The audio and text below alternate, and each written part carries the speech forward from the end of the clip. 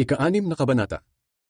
Bilang mga katuwang sa gawain ng Diyos, nakikiusap kami sa inyo na huwag ninyong baliwalain ang biyaya ng Diyos na inyong natanggap, sapagkat sinabi ng Diyos, "Dininig kita sa tamang panahon, at tinulungan kita sa araw ng kaligtasan."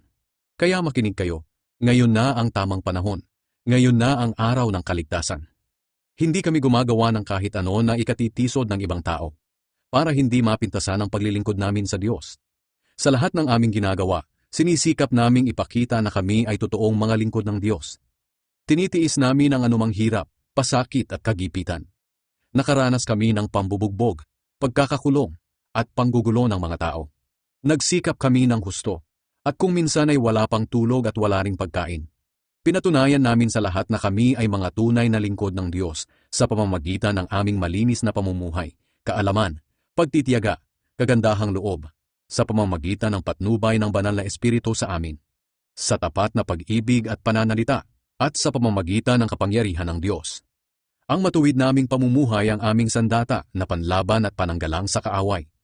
Bilang mga lingkod ng Diyos, naranasan naming parangalan at siraan ng kapwa, purihin ng iba, at laitin ng iba. Pawang katotohanan ng aming mga sinasabi, ngunit itinuturing kaming mga sinungaling. Kami ay tanyag, ngunit hindi kinikilala. Lagi kaming nasa bingit ng kamatayan, ngunit buhay pa rin hanggang ngayon. Dinidisiplina kami ng Diyos, pero hindi pinapatay. May mga nagpapalungkot sa amin, ngunit lagi pa rin kaming masaya. Mahirap lang kami, ngunit marami kaming pinapayaman. Kung tungkol sa mga bagay dito sa mundo, wala kaming masasabing amin. Ngunit ang totoo, kami ang nagmamay-ari sa lahat ng mga bagay. Mga taga-Korinto, naging tapat kami sa aming pananalita sa inyo, dahil mahal na mahal namin kayo. Hindi kami nagkulang sa pagmamahal sa inyo. Kayo ang nagkulang sa pagmamahal sa amin.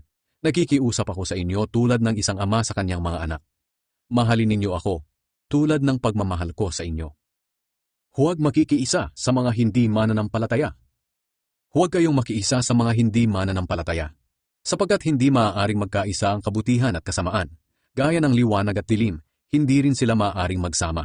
At kung paanong hindi magkasundo si Kristo at si Satanas, ganoon din naman ang mananampalataya at ang hindi mananampalataya.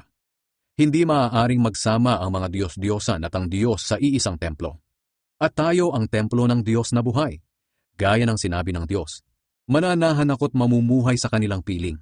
Ako'y magiging Diyos nila, at sila'y magiging mga taong sakop ko.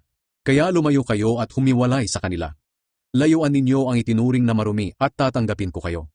At ako'y magiging ama ninyo, at kayo na may magiging mga anak ko. Ako ang Panginoong makapangyarihan, ang nagsasabi nito."